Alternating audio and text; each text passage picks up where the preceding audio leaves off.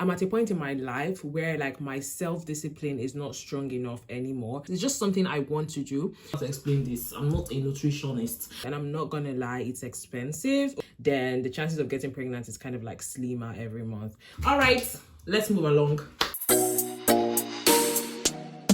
So as you can probably tell by now, this is a pretty chill video. I just felt to hop in here and just like have a chit chat and update you. So yeah, kind of like a life update. So the first thing is goals for July. So the month of June was a mentally tough month for me, mentally, emotionally, physically. I barely, worked out. I barely stuck to my routines just because I had a lot of stress I was dealing with. But then this month of July, I'm taking back control of my life. I'm taking back control. So I have a couple goals, which I think I actually shared some of it on Instagram that I'm trying to achieve this month. So the very first goal that I have is to drink at least 2 liters of water daily. So every day I'm conscious about this, like I ensure I drink at least 2 liters. And so far, since I started this month, I've been doing that. The other thing is to stick to my skincare routine. I think I already do this, but it's just like having more consciousness about it, like doing my skincare routine every day, using my products like I ought to. The third goal that I have is to get my steps in on a weekly basis. So like every week I should try and maybe go for a walk or like just try to get my steps up. And hand in hand with this is fitness. So working out twice a week. Now, something I noticed is that I'm at a point in my life where like my self-discipline is not strong enough anymore. As of this time last year, I went on like a fitness path as well, and I totally relied on my self-discipline and it came through. But now I need accountability. I need that external motivation. So what I did was I signed up with a fitness coach, and I'm not gonna lie, it's expensive. Okay, it's expensive, but I just told myself it's an investment in myself. So I signed up with this fitness coach, and she's the one like working out, giving me workouts to do, maybe as often as possible, like every 2 days I have a workout. But the goal is to ensure I go to the gym twice a week, and then on some days I can just work out at home. Look, I just want to look fit, and I also want to lose weight. If you're not new here, you know that I lost about 10 kg sometime last year. I've kind of like gained close to 4.5 kg, and I'm at a point where I know that I need to control it back so I don't get back to where I started from. Another goal I have is to have a meal structure or a meal routine. Actively make conscious effort to ensure that I eat breakfast when I'm supposed to, or I eat lunch or a snack when I'm supposed to. And hand in hand with this is eating the foods that will improve my PCOS symptoms. So if you're not new here, I was diagnosed with PCOS sometime in 2020, can't remember, polycystic ovarian syndrome. I'm at a point where I'm trying to do the things and make the changes that's going to help improve my symptoms, because some of the symptoms that I have had or I have with this condition or this syndrome is, first of all, irregular periods. Sometimes I don't even know, it's so irregular, I can't tell. And that kind of links with fertility. You would have concerns because if you're not ovulating anymore every month, then the chances of getting pregnant is kind of like slimmer every month. Weight gain, I've experienced ups and downs of this. Low moods, my mood tends to change every now and then. Facial hair, I tend to have that. So many things. So it's just trying to see how I can use food to improve my symptoms, but I'll share more on that subsequently. The other goal that I have is to be in bed at 10 p.m. I was doing this so far, I think in May and some part of April, but like I said, June, I just turned off everything. So I want to be in bed at 10 p.m. on weekdays, mostly for the weekdays, and then keep my phone out of the bedroom, so I don't take my phone with me into bed. That will be the time for me to pick up a book and read, or just like journal or something more mindful as I wind down into sleep. So these are the goals that I have, and so far I'm tracking it. I actually created this tracker thingy just to tick it off at the end of every day, just to see how I'm doing. So now I'm going to be talking about the lifestyle changes I'm making to support my PCOS symptoms. But before we get into that, I want to talk about 2 books that have helped me understand what's going on with my body and just make me more knowledgeable about my symptoms and how to improve them. The very first book is this book, Woman Code by Alisa Vitti. Now, I'm not gonna lie, when I first saw this book, I was like, oh my god, it's filled with so much scientific jargon. Like, who's going to read it? It literally felt like a textbook when I got the book. But I read it in under 5 days. And the reason is because the more I read, the more I understood. You get? Like, it was helping me understand what's going on and how like different things interact with my body, how different things interact with my hormone. For example, how stress interacts with my hormone, the different types of hormones that, comprises of my menstrual cycle, things that basically they did not teach us in school. This book went in depth into it. So if you're looking for the science to understand like how PCOS works and everything, this book is a very good starting point. It also explains like the different phases of the menstrual cycle, the luteal phase, follicular phase, ovulation phase, and menstrual phase. And if you don't even know what I'm talking about, more reasons why you should read the book. Totally like loved it, and it's such a good read. Now the second book that has helped me so far is Meals She Eats. So in this book, this lady, she has PCOS, and how like the foods that they started eating helped with her symptoms, and she stays in her period regularly, and she even got pregnant. So basically this is like foundation level knowledge on how like PCOS works and things you should know and things you should look out for. And the best part about this book is that it has recipes, and the recipes are for like the different phases of the menstrual cycle. So let me give you an example. This meal chicken pincata, whatever, it's in the follicular phase, like you're to eat this, and they just think how different foods interact with your body and how like what you should prioritize in what phase and what to eat. Ovulation phase, for example, this is an example of a meal, and then the recipes right here. Absolutely love that about the book. So if you're looking for good resources to start with to help you manage your PCOS symptoms, you can check out these two books. So the very first change that I have made is to eat organic. So now I try to get my fruits and veggies as organic as possible. So when I'm getting spinach, I go for organic. When I want to get broccoli, I go for organic. As much as I can, I try to fill my fridge with organic food. Now, and here's why. Let me give you the backstory. So I got talking to one of my friends, or rather acquaintances, who is the founder of an app that like a menstrual cycle tracking app known as Hormonious Flow. And when we got talking, she made me realize that one of the reasons why like my PCOS was diagnosed in this country, or why I had like started having irregular periods in this country and all of that, has a lot to do with the fact that my diet changed. So prior to coming to the UK, in Nigeria, I had the most regular period. I did not have like hormonal acne. I was fine. I did not even used to have period pain. Like I didn't even understand when people were like, oh, I have period pain. I didn't get it. But it was when I came here that everything changed, and then I got diagnosed with PCOS. And it's mostly because my diet changed. So in Nigeria, I used to eat a lot of organic. I used to eat a lot of soups. Like my favorite meal is like anything swallow. I used to eat a lot of swallow, a lot of soups, a lot of whole meals, and less of processed things. So even in Nigeria, I did not used to take tea every day. I don't used to drink milk. Milk is once in a while. I wasn't a fan of milk. I didn't take like cornflakes. I didn't eat like I ate mostly things that were whole and like plant-based. I don't know how to explain it, but when we had that conversation, it made sense to me.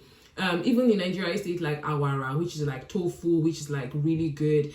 I used to eat less pasta. I used to eat pasta like once in a month or twice in a month. So like most of the things I was eating were like whole and organic. And coming to this country, my diet drastically changed, and that was like a shock to my body, and that's why eventually it kind of like affected my hormones and then led to the diagnosis of PCOS. So now I'm trying to go back to the basics by eating organic as much as I can. Even the meats I used to eat in Nigeria, they were all grass-fed. They'll take the cow on the streets and they'll be eating grass, you know. And so here now it's trying to even find meat that is like grass-fed meat. So meaning like they didn't use hormones to make the animals big and all of that. And I'm telling you, in this UK, it's extremely hard to find that.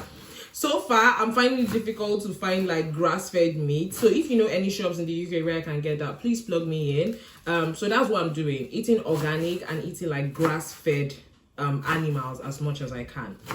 Now the second change that I'm making is to eat fatty foods, like good fatty foods that are like dense fatty foods. I don't know how to explain this. I'm not a nutritionist, but like now every time I eat, I try to have fiber on the plate and I try to have fat as much as I can. So most times when I'm eating scrambled eggs, I'm having like raw spinach by the side. When I'm eating rice, I'm having like veggies by the side. If I'm eating chicken, I'm having broccoli by the side. And almost all the time I'm eating it with avocado. That's because it's like good fat. It doesn't spike your blood sugar so high. Another thing is, in case you didn't know, PCOS is linked with insulin resistance. So one of the reasons why you have those symptoms, because like you have a resistance, your insulin is resistant, meaning it's not functioning as it should. I'm not going to go into depth into that, but like you need to eat foods that don't spike up your blood sugar as quickly as possible, but like it takes its time to release glucose into your bloodstream. So I'm taking like a lot of avocado. Before I hated it, but now it's my best friend. I eat like cashews because they are good. But I don't eat a lot of it because high in calorie at the same time. So that's another change that I'm making. Another lifestyle change that I'm making is not skipping meals. I know this might seem like, when I share this, probably is like, how is that even a difficulty? So I usually find it hard to like make out time to eat. Most times I just get into work, and then before you know it's 12 o'clock, I'm not eating anything. It's 4 p.m. I've not had anything except water. So I'm now like realizing that skipping meals is actually working in the opposite effect for me. So when I skip like breakfast, before you know, by evening I'm having like a crash. There's a crash in my sugar levels, and then I'm craving things. I'm craving sugary things, and before you know, I eat something sugary, and then I want more of that. I'm craving more of it. So I've realized that when I eat foods when I'm supposed to, it helps to avoid those sugar cravings. So now I'm trying to prioritize eating breakfast, like not skipping meals as much as I can, just to ensure that I have that, you know, constant and slow release of energy throughout the day. The other change that I'm making, this is the one that I just recently started implementing, is going for gluten-free options. So gluten is like what makes your bread look like it's stretchy, and what makes like pasta feel chewy and stuff like that. But apparently this has been known to like affect hormones, and for someone like me who has like PCOS, it's not the best. So I'm trying to see how gradually I can probably switch to a complete gluten-free diet. And one major thing that I will say here is, with regards to making these changes, right, it's not just about like doing what the book says. It's about like listening. They'll tell you, even in the books that, you know, I mentioned, they'll tell you it's about listening to your body and how like do different foods interact with your body. And what I've realized so far is that sometimes when I eat a lot of pasta, I don't feel so good, which is why I'm trying to see if I can make the change to like gluten-free option. Another one that is even the most significant one is dairy-free. So like avoiding milk-based products. That's for me. Like, it's something I've noticed. When I take lots of yogurt, I have like proper stomach upset, or when I drink lots of milk, I have stomach upset. So now I'm trying to go for dairy-free options. So recently I got oat milk. It's in the, let me show you. Where is it? Yeah, I got oat milk. I recently tried this. It wasn't so bad. It's still different from milk, but it's white, just like milk. So I'm trying this. So these are like the small, and the last thing I want to say here is that I'm not gonna lie, you guys. I'm not gonna lie, and to better like improve my symptoms. So yeah, that's that. I'm hoping that in the next couple of months, maybe 2-3 months down the line, I'll be able to make another video just sharing that, oh, these changes have actually made a difference in my life and in my symptoms. So wish me luck. And the last thing I want to say here is that I'm not gonna lie, you guys. I'm not gonna lie. Eating organic in this country is expensive, okay? And I'm always like, why do I have to pay a premium to eat healthy? It's so crazy. If you want organic spinach, it's more expensive than regular one that was grown with pesticides and herbicides and everything. So my dear, it's expensive. It is expensive. If you want grass-fed animal, be willing to pay a premium than the ones that were grown with hormones and like fed hormones and all of that. So it's just expensive, and that's the part that I don't like. But the truth is, I need to prioritize my health at the same time. So if it means paying this money now so that I live a better life, I think I'm open to doing it, which is why I'm already making the changes. But it is expensive. It's an expensive lifestyle in this country. But in Nigeria, it wouldn't have been this expensive because almost everything's organic. Yep. All right, let's move along. I'm putting together an event for women in the UK. I'm putting together an event in London for women. So we're going to be talking about money, like all things money, how to start investing, budgeting, stuff like that. And then also we're going to talk about wellness, right? Like how to better support your menstrual health, how to better take charge of your reproductive health as a woman. And we're going to have experts, hopefully, on that to talk about that. The event is known as Wealth and Wellness. It's my first event, physical event in the UK. So if you're a woman and you stay in London or you stay in the environment runs, or you'll be able to make it down to London, grab your ticket now. Link in the description box below. This event has been in the works since April, and I'm so glad it's finally coming together.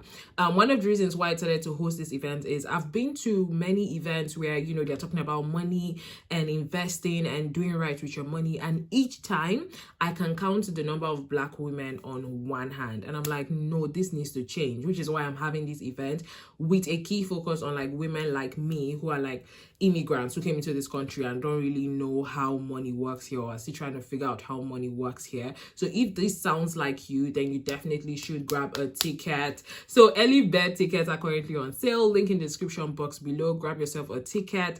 And one thing I'll say is, so far planning this event has been the ghetto, okay? So I've been working with a very tight budget. Basically, I'm bootstrapping for this event, which means my money is going into it and I'm spending money on this event. It's just something I want to do. Finding a venue in London with a tight budget has been super, super expensive, but I was able to find one that works. So I'm glad about that. I'm glad to be done with that. Now it's on to the next phase of, you know, announcing speakers and trying to secure as many sponsors as I can for the event, just to help with the cost. So make sure to grab a ticket. The ticket will give you access to the event and then drinks on arrival, and then you're going to have like snacks, and you're going to have the opportunity to interact with other women, other amazing, beautiful women. I really cannot wait. This event is going to hold in August, on the 5th of August. All the details on the link in the description box below. Okay guys, so we have come to the end of this video. Like I said, it was very laid back, chill, just trying to catch in with you and like let you know what's going on so far. Till next time, thank you so much for watching. Bye bye.